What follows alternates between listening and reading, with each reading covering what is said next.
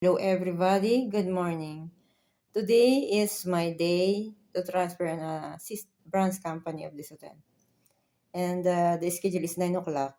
My HR, uh, the human resources called me, message me that I need to bring down all my things before 9 o'clock because the taxi will arrive. But the taxi will not arrive 9. It's 11. I told to HR that I already put down all my things. Only here is my backpack in the getter. And then I fix all my things and I put a tip for the housekeeper who will vacuum and dusting this room. I already cleaned this room, but need to vacuum and to dusting and clean the mirror. And then I told to the human resources I need to sleep for 2 hours because early morning I wake up because of the emergency alert. Ano bang hinihintay nila? Hintayin pa ba nilang magpaulan uli ng bala, ng bomba bago nila ako isakay sa taxi? Ang hina nila, no? Maybe yung taxi natagalan, nagsimula pa lang siyang umalis doon sa lugar na kung saan ako lilipat. And yun, nire-retake ko rin yung kichi-kichi daw.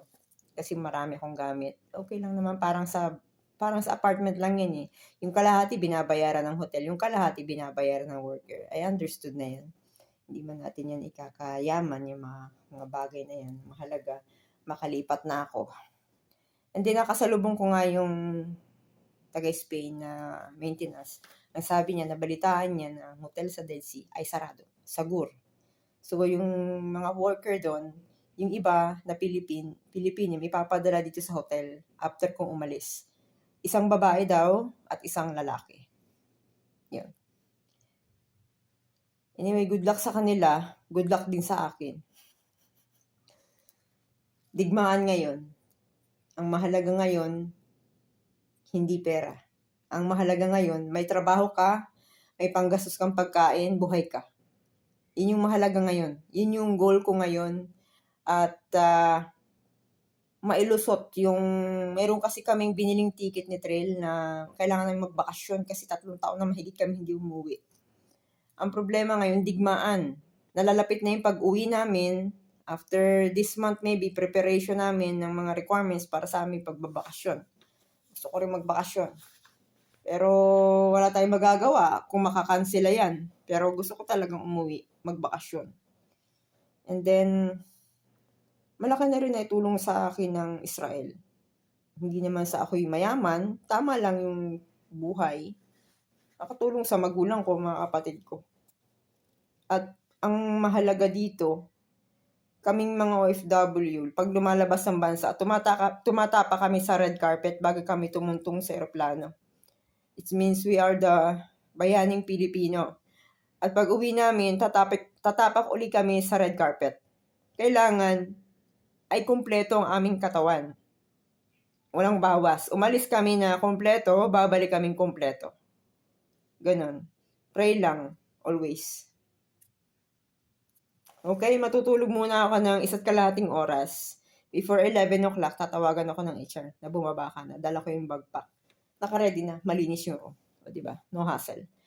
Yung mga gamit ko naka-category, ikinahon ko yung pagkain, kaldero, mga kaartihan, note. Mahilig kasi ako sa notebook.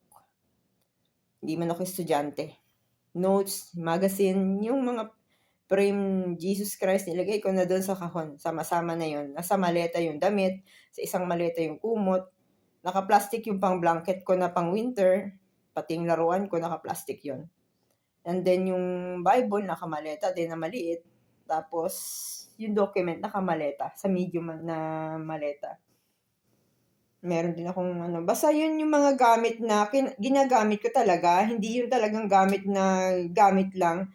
Yung ibang gamit, for example, upuan na nafu-fold, hindi naman yan kailangan, itinapon ko na. Dadating ang time, kung digmaan, hindi mo rin madadala lahat yan. Ang kailangan yung meron kang lutuan, kaldero, pagkain, damit. Yun lang. Tapos yung aking document, nakamaleta na yun. Kung sakaling magkaroon talaga ng emergency na lumipat kami, hindi ko sigurado kung may trabaho sa ASDOD, okay lang yon. Kahit pa 2 weeks a month ang pasok, walang problema. I understand the situation of this country kasi merong digmaan. Ang mahalaga, safe kami. Ligtas, buhay. Ganun talaga yun. Parang sa negosyo yan eh, di ba? Okay. Bye-bye! See you on my next hotel. Thank you for watching.